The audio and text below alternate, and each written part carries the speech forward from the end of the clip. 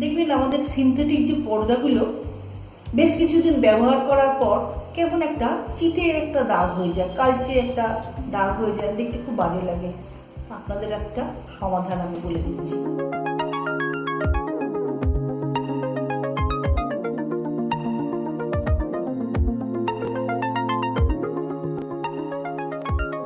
প্রতি সপ্তাহে আমি এমনই আকর্ষণীয় ঘরোয়া রকমারি রেসিপি নিয়ে আসব, তাই নিচের লাল বাটনটি টিপে সাবস্ক্রাইব করুন।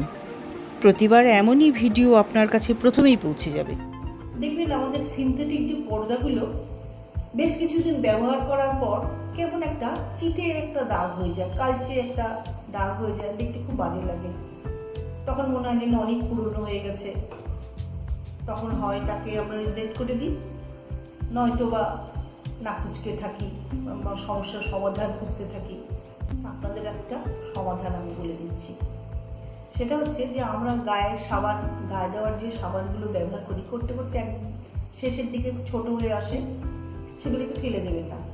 সেগুলোকে দিনে দিনে জড়ো করে যখন বেশ একটু মোটামুটি পরিমাণ যখন একটা হবে, তখন সেটাকে জলে রাত্রিবেলা ভিজিয়ে রেখে দেবেন এবং সেই সঙ্গে পর্দাগুলোকে ওর মধ্যে ডুবিয়ে একটা রাত্রি রেখে দিন। পরদিন সকালবেলা একটু ঘষে নেবেন। ঘষে এটাকে যখন কেচে দেবেন, দেখবেন এই দাগ ছোপ সব কোথাও হয়ে গেছে।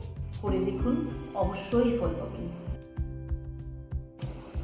এই টিপসটি যদি ভালো লেগে থাকে তবে আমি চাইব এই ভিডিওটাকে লাইক করুন ও বন্ধু বান্ধব, আত্মীয় স্বজন, চেনা পরিচিতদের মধ্যে শেয়ার করুন।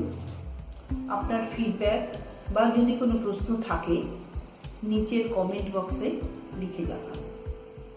আমার নতুন বন্ধুরা আমার এই চ্যানেলটিকে সাবস্ক্রাইব করতে ভুলো না, কারণ প্রতি সপ্তাহে এমনই টিপস আমি নিয়ে আসবো যা তোমাদের কাছে প্রথমেই পৌঁছে দেবে।